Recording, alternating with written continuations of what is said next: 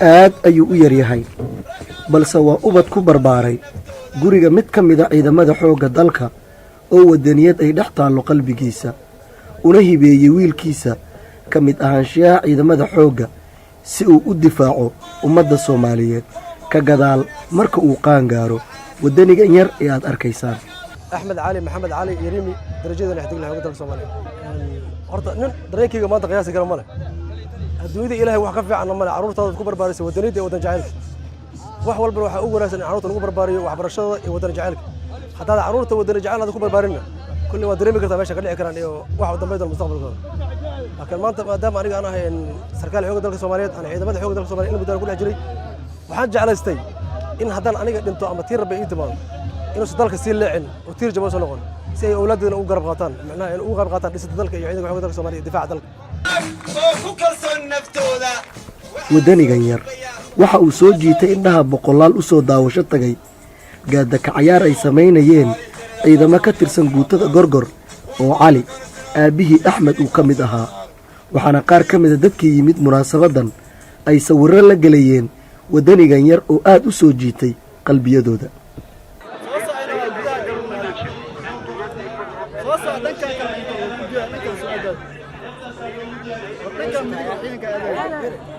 qaar ka mid a dhalinyaradii la dhacay wadanigan yar iyo wadaniyadiisa ayaan weydiiyey dareenkooda waxaana ay ii sheegeen cunugeer marka arkay farxad zaa'id ah dareemay sababtoo ah wadani asayro wadanimo ku soo bilaabay marka weynaadana rajo weyn ah u rajeyna insha Allah inuu xagga sare ciidanimada ka helo insha Allah ما شاء الله ومودني أنا عادي أنا ولكن ما شاء على أحمد وحن كلير قلنا إنه إنه كحول الدلك إنه وقت خطأ قول أيوة لقينا مستقبل ونحسن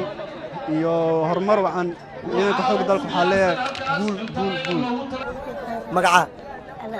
maxaa rajeynayna mustaqbalka noqoto جنرال dalkaad rabtaa inaad difaacdo miyaa لا ترى عيدك حقوق ذلك الصومالي taliya ciidanka xoogga dalka Soomaaliya mustaqbal wadanigan yar ma ahayn wadaniga yar ee kaliya ee joogay munaasabadan balse waxaa jiray wadaniyiin kale oo yar yar oo joogay munaasabada balse isaga waxa uu uga duwanaa wadaniyiintaas kale soo bandhigida waxa ka guuxaya qalbigiisa waxaana munaasabadan joogay caruur aad u badan oo ku labisan dareeska ciidamada xoogga dalka Soomaaliya oo waalidiintooda ay gacmaha hayaan.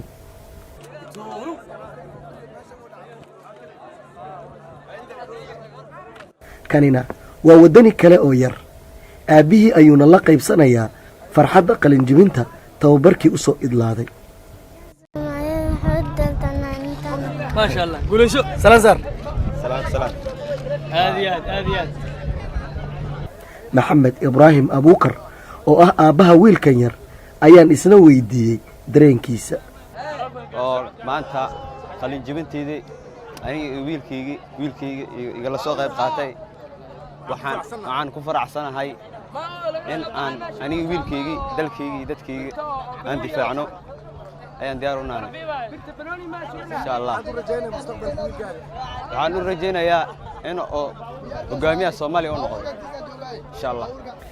ujeedada samaynta sheekadan ayaa ah in lagu barbaariyo caruurta Soomaaliyeed wadaniyada si jiilka soo socda qalbiyadooda looga dhowro dhaawaca halista ah ee ku yaala qulubta Soomaalida ee qabyaalada dilootay waxaana xusid mudan in dhammaan caruurta ka soo muuqday muuqaalkan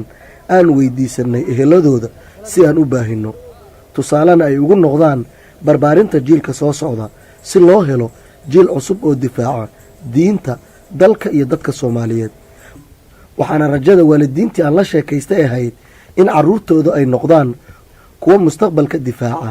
dalkan iyo dadkan dirirtu dhex taal. dareenkayga waxa waa dareen aad u weyn waxaan rajeynayaa inaan guuleysano xoog dalka waxa u rajeynayaa guul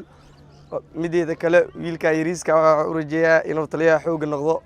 insha Allah ilaahay ka dhigi karo. munaasabadan waxaa qayb ka ahaa caruur aad u kala duwan da'aadooda oo loogu labisay dharka ciidamada xoogga dalka Soomaaliyeed waalidiintooda oo aan la sheekaystay waxay ii sheegeen inay rajo ka qabaan dhammaan in caruurtan ay noqdaan kuwa dalka difaaca bedelana mustaqbalka qaybtood waxay ii sheegeen inay la doonayaan caruurtooda inay noqdaan saraakiil sarsare sida taliyayaal ka tirsan dalka.